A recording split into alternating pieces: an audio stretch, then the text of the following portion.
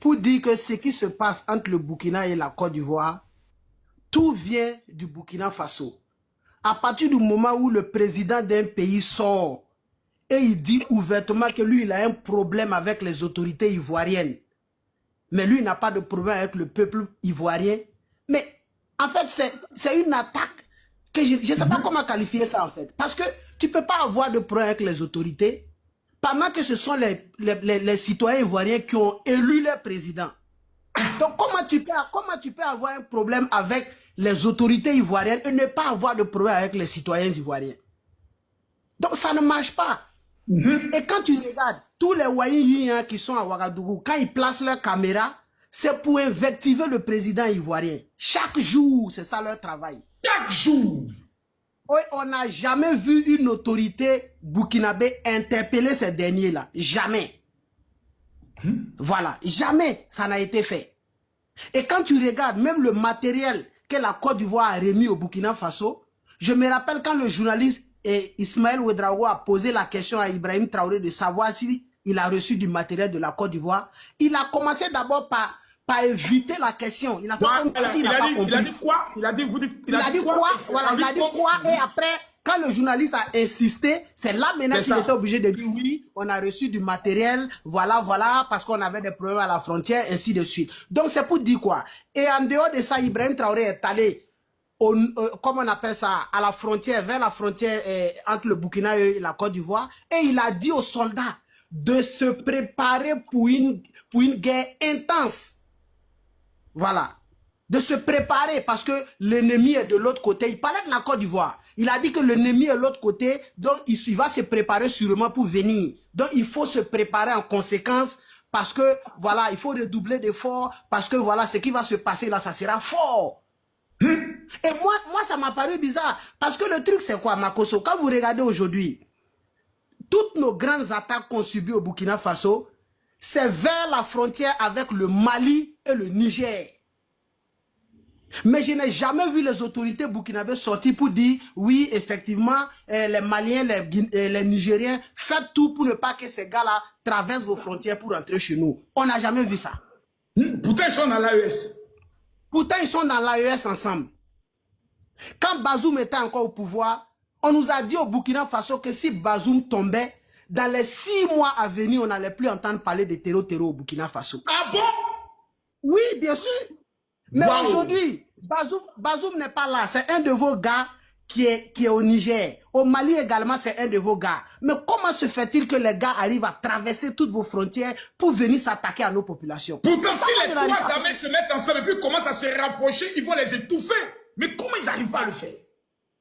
C'est-à-dire la zone des trois frontières, c'est-à-dire que les armées de l'AES savent très bien qu'ils ne peuvent pas s'hasarder sur ce terrain-là. Ils savent très bien. Oui, ça, je te le dis à haute et intelligible voix. Ils n'ont pas ce courage-là.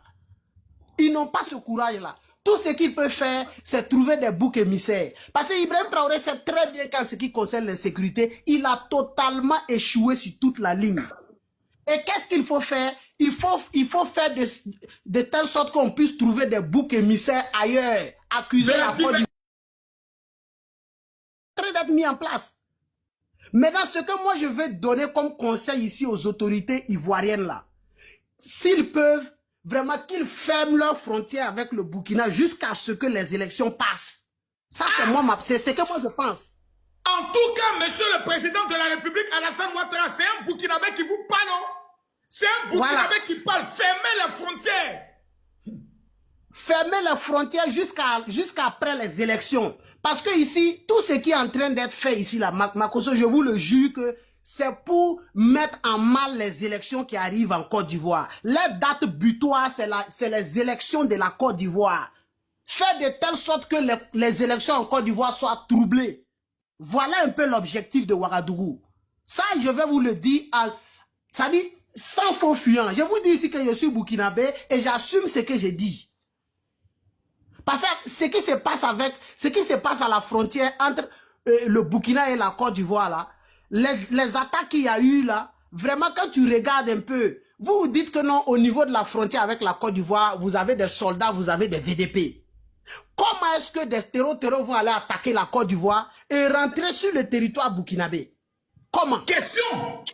Pendant que toute votre frontière, vous dites que vous avez tout barricadé au niveau de la frontière. Mais ces derniers qui sont allés attaquer la Côte d'Ivoire, comment se fait-il qu'ils rentrent au Burkina Faso et les militaires burkinabés n'arrivent pas à les appréhender? C'est ça la question que moi je me pose. Donc à un moment donné, il faudrait que les gens quittent dans les émotions. La Côte d'Ivoire est un pays hospitalier. La Côte d'Ivoire a accueilli beaucoup de nos réfugiés. On a pas mal de millions de citoyens qui y vivent là-bas. Donc, faudrait pas que le président Alassane Ouattara s'hasarde à laisser ces bandits de grands chemins là, détruire la Côte d'Ivoire. Ils sont en complicité avec l'opposition ivoirienne et Soro Guillaume est à la manœuvre. Ça, il faut avoir le courage aussi de le dire. Parce que je ne peux pas comprendre qu'un Soro Guillaume, quand on a écouté ses audios avec Djibril Bassolé, qui nous a dit que non, il faut attaquer à tel endroit, quand les militaires vont aller là-bas, vous attaquez l'autre côté pour faire de la diversion. Là, comme ça, on va rentrer à Ouagadougou. Mais ce dernier-là, aujourd'hui, il a été accueilli sur un tapis rouge à Ouagadougou. Makoso, ça ne vous dit rien? Ça ne vous dit rien? Ouais. Alors que tout ce que Soro Guillaume était en train de planifier au Burkina, si ça avait eu lieu, c'est des Burkinabés beaucoup de Burkinabés allaient mourir. Bien sûr, c'est des Burkinabés qui allaient mourir. Mais aujourd'hui, comme on veut faire du tout sauf Ouattara, mais il faut passer par tous les moyens pour déstabiliser la Côte d'Ivoire. À travers Soro Guillaume. À travers Soro Guillaume, je vous dis.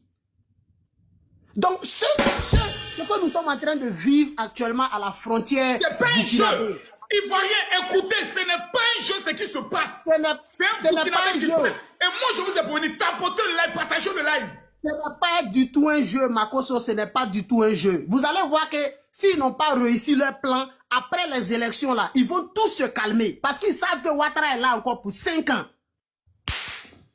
Voilà. Donc, leur objectif, ils ont 2 mois pour frapper le plus fort possible. Merci beaucoup. Merci, le général. Vous avez tout compris. Donc, ça dit dans les 2 mois là, ça là, ce n'est rien. Ce que vous venez de voir là, il y aura encore d'autres tentatives. Moi, je vous le dis aujourd'hui, il y aura encore d'autres tentatives parce qu'ils n'ont pas encore fini.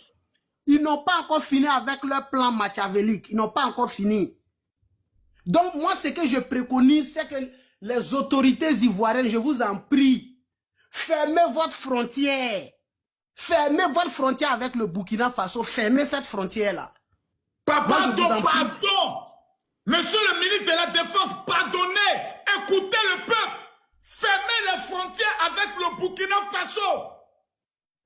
Fermez ces frontières-là. Jusqu'à après les élections. Et vous essayez de voir s'il y a possibilité d'ouvrir. On ouvre. Dans le cas contraire même là, ça reste fermé. Ça reste fermé. Parce que je ne peux pas comprendre comment un pays qui vous a accueilli. On a vu Ibrahim Maïga ici faire une vidéo pour dire que nos ressortissants burkinabés que la Côte d'Ivoire a accueillis là, c'est des terreaux. Il a dit que Ouattara a accueilli des terreaux en Côte d'Ivoire. Il a construit des maisons pour eux. Il les a hébergés, il les a donné tout. Qu'est-ce que c'est des terreaux? Mais ça dit qu'il y a une volonté manifeste de déstabiliser la Côte d'Ivoire. Et ça, là, je le dis sur tous les panels où je passe. Ces gars-là, c'est des nos autorités qu'ils comprennent. Monsieur le Président, ne commettez pas l'horreur de Gbagbo qui dit « Je vois le dos du nageur, Monsieur le Président. Monsieur le Président, s'il vous plaît, on a assez souffert. Papa adore, on a trop pleuré. » Franchement, le général, moi, ce que j'aimerais dire là, c'est ça surtout.